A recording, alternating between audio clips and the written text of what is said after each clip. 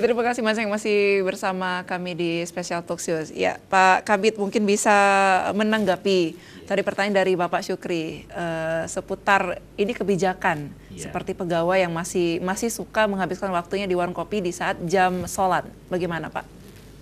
Ya baik, memang apa yang kita saksikan di lingkungan kita, ya mungkin di Kota Banda Aceh Besar misalnya, dan juga mungkin di daerah-daerah yang lain kan di seluruh Aceh. Memang itu sudah menjadi fenomena bagi masyarakat kita. Nah tentu hal tersebut tidak sesuai dengan harapan kita tentunya dengan pelaksanaan syariat Islam.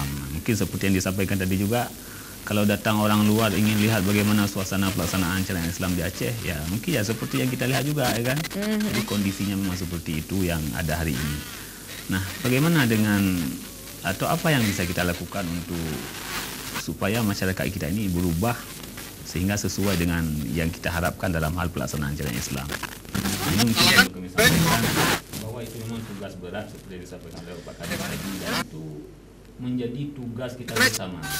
Mungkin ada tugas pemerintah, tugas ulama, tugas tokoh masyarakat.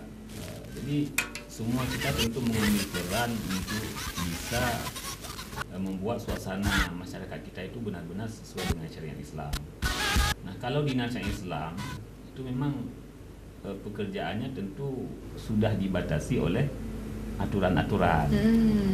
Mungkin bisa kami sampaikan, syariat Islam itu kan fungsinya itu dapat kita katakan ada 3. Ada fungsi regulatif, yaitu merancang aturan-aturan, dan itu sudah banyak aturan-aturan yang dirancang kemudian dibahas oleh pemerintah Aceh dan DPRA. Misalnya ada kanun-kanun tentang pelaksanaan syariat Islam, itu semua sudah ada. Jadi aturan-aturan itu sudah ada, dan itu yang menjadi tugas dinas hanya merancang, ya kan, merancang aturan-aturan, kanun, pergub dan sebagainya. Betul. Kemudian yang kedua ada fungsi koordinatif. Jadi kita berkoordinasi dengan berbagai pihak. Jadi kalau pengawasan kita berkoordinasi dengan WH, dengan Satpol PP, dan dengan penegak hukum yang lain. Berkaitan dengan sosialisasi kita juga berkoordinasi dengan berbagai pihak, ya kan. Kemudian juga sosialisasi kepada PNS, ini juga sudah kita lakukan. Jadi sebagai fungsi koordinatif sudah kita laksanakan seperti itu. Kemudian fungsi fasilitatif, kita memfasilitasi rumah ibadah agar terlaksana ibadah di rumah ibadah tersebut dengan baik, ya kan. Kita dari semenjak dulu itu ada kita semacam memberikan bantuan agar ibadah di tempat-tempat di masjid-masjid di Nasah itu dapat berjalan dengan baik. Itu sudah kita lakukan. Tapi tentu tidak cukup kalau yang dikerjakan oleh dinas Islam yang seperti itu sehingga masyarakat Aceh bisa berubah. Jadi untuk terjadi perubahan itu memang harus kerja berat semua pihak. Jadi ada pemerintah seperti kami katakan tadi, ada juga tokoh masyarakat, ulama dan sebagainya. Termasuk seperti tokoh-tokoh masyarakat seperti Bapak Syukri. Jadi kita semua mempunyai tugas tentang itu. Saya pikir seperti itu. Baik, ya mungkin Bapak Syukri bisa menerima, ya.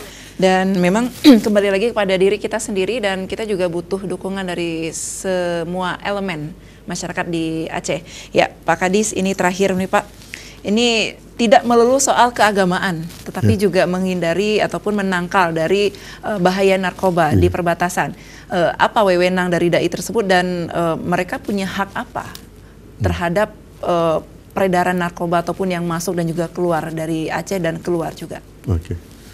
Baik, dai ini selalu kita sampaikan kepada mereka bahwa ketika ada program pemerintah untuk disampaikan kepada Dinas Syariat Islam, BNNP misalnya berkoordinasi dengan Dinas Syariat Islam untuk menyampaikan kepada masyarakat bahwa bahaya narkoba itu bisa menghancurkan generasi, maka kita akan menyampaikan kepada dai.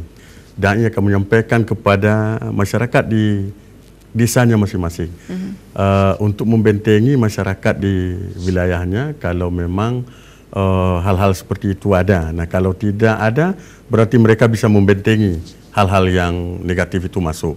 Nah, kalau memang sudah ada, dai juga bisa berperan untuk menyampaikan kepada aparat penegak hukum bahwa ada hal yang tidak baik di tempat tinggal dai tersebut di wilayahnya itu, yang tentu bukan kewenangan dai untuk melakukan proses hukum dan lain sebagainya. Tapi dai bisa mengambil peran untuk melaporkan kepada pihak yang berwajib. Jadi seperti mitra kerjanya juga dari pihak kepolisian dan ya, betul, bidang betul, hukum betul, ya. Betul. Oke, baik. Nah, Pak Kabid, adakah pesan khusus untuk para dai yang saat ini sedang bertugas di perbatasan Aceh nih Pak? Silahkan untuk membakar semangat mereka lagi nih Pak. Baik, kita tentu sangat berharap para dai ini bekerja lebih baik ke depan, karena memang tantangan pelaksanaan syariat Islam juga tidak kurang di perbatasan dan terpencil. Salah satunya ya karena daerah itu sangat terbatas tadi. Jadi karena serba kekurangan, maka diharapkan dai itu bisa tampil semaksimal mungkin. Jadi bukan hanya melaksanakan tugas sebagai dai dalam hal pembinaan keagamaan, tapi juga mengambil peran-peran yang lain yang lebih besar dari itu, membangun ekonomi masyarakat, kemudian juga memberi kesadaran kepada masyarakat terhadap pentingnya pendidikan, juga memberikan motivasi kepada generasi muda di sana agar menambah pengetahuan, belajar ke tempat-tempat yang lebih baik, sehingga suatu saat nanti daerah perbatasan dan terpencil tidak lagi seperti hari ini, atau tidak lagi menjadi daerah yang tertinggal, tapi menjadi sebuah daerah yang maju seperti harapan kita semuanya. Amin, amin, amin. Ya, dan terakhir ini Pak Kadis, harapan Anda terhadap kemajuan dan juga keberlangsungan penerapan syariat Islam di perbatasan Aceh, Pak?